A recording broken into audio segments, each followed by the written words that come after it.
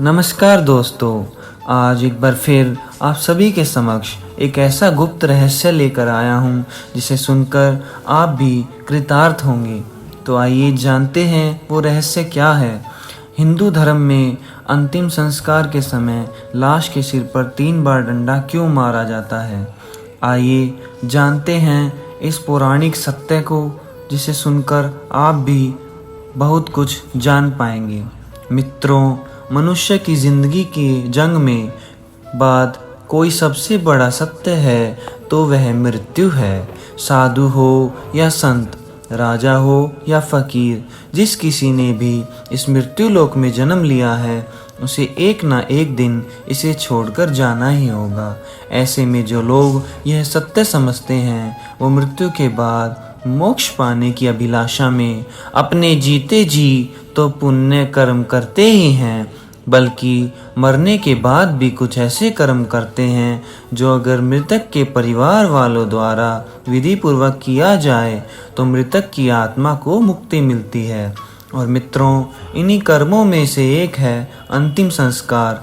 अंतिम संस्कार के समय एक ही जाने वाली कपाल क्रिया, जिसमें चिता में जल रहे शव के सर पर 3 बार डंडा मारा जाता है।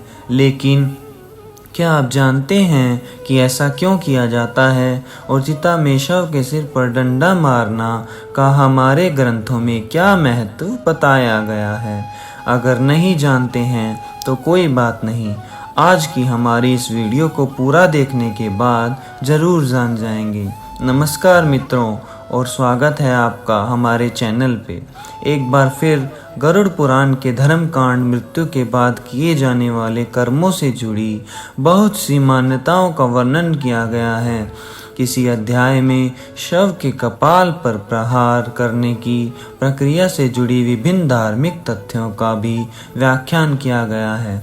गरुड़ पुराण में मनुष्य के अंतिम संस्कार को लेकर एक निश्चित विधि विधान का वर्णन मिलता है, जिसका पालन हिंदू धर्म के किसी भी व्यक्ति के अंतिम संस्कार के समय होता ही है। गरुड़ पुराण के अनुसार मृत्यु के पश्चात अंतिम संस्कार के समय शव को मुखाग्नि दिए जाने के बाद बांस के डंडे पर एक लोटा बांधकर शव के सिर पर डाला जाता है। और ऐसा इसलिए किया जाता है ताकि अग्निदाह के समय शव को सिर अच्छे से जल सके।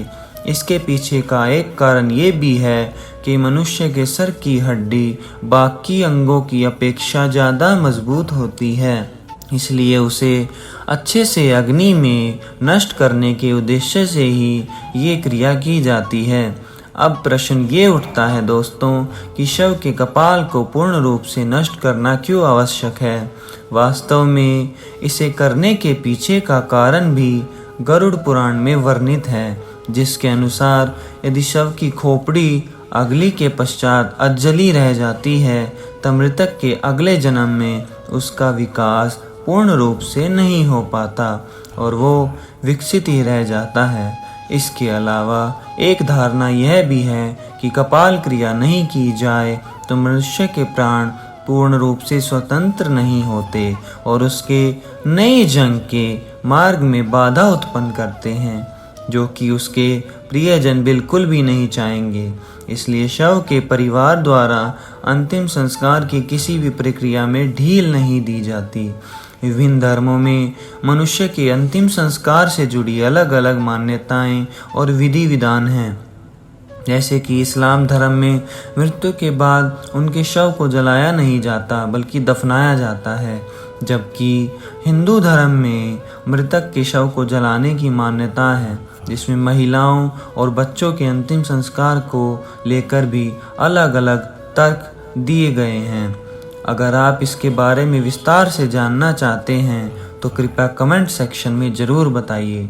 आइए वीडियो को आगे बढ़ाते हुए आप सभी को बताते हैं कि ऐसी कौन सी मान्यताएं हैं जिसका पालन करने से मनुष्य की मृत्यु के उपरांत शव के कपाल अर्थात उसके सर पे डंडे से प्रहार क्यों किए जाते हैं। मित्रों, प्रचलित मान्यताओं के बीच विधि का वर्णन शादी चंद्रिका पुस्तक में भी वर्णित है, जिसके अनुसार सिर में ब्रह्मा का वास माना गया है।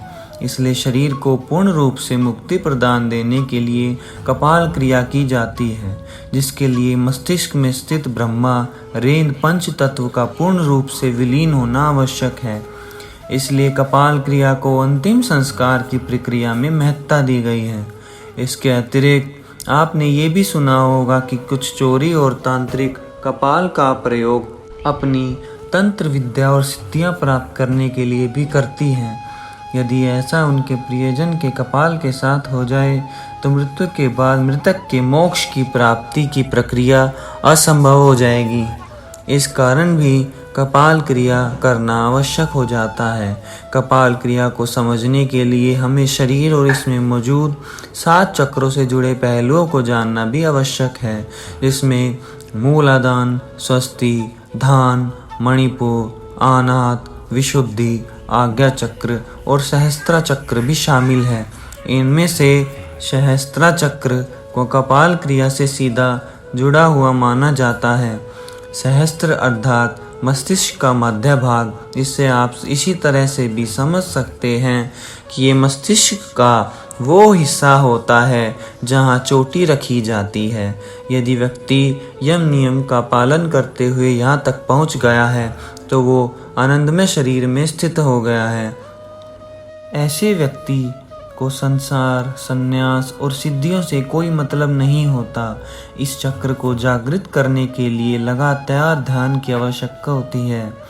मूलधार से होते हुए सहस्त्रार तक पहुंचा जा सकता है। शरीर की संरचना में इस स्थान पर अनेक महत्वपूर्ण विद्युतीय और जैवीय विद्युत का संग्रह मिला है।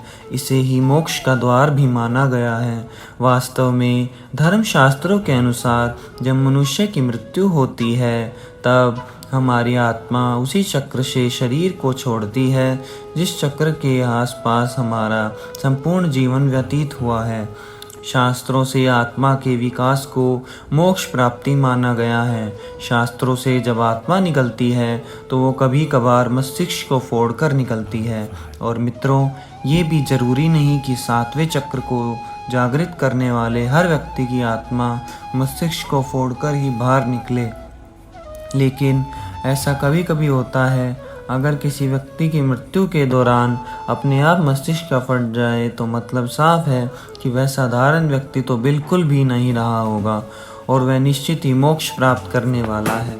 तो मित्रों, हिंदू धर्म में वर्णित मोक्ष प्राप्त करने वाली यह कथा कपाल क्रिया से जुड़ी और मान्यताएं और विधि हिंदू धर्म में विश्वास रखने वाले लोगों के लिए किसी नियमों से कम नहीं है।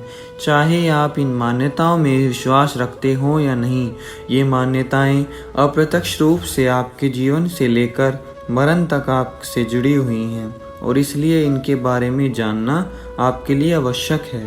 तो साथियों, आपको यह वीडियो कैसी लगी कमेंट करके ज़रूर बताएं और ऐसे ही पौराणिक कथाओं को सुनने के लिए, उनके रहस्य को जानने के लिए हमारे चैनल को सब्सक्राइब जरूर कीजिए।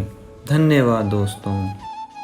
इस वीडियो को लाइक करें, हमारे चैनल को सब्सक्राइब कर बेल आइकन जरूर प्रेस करें।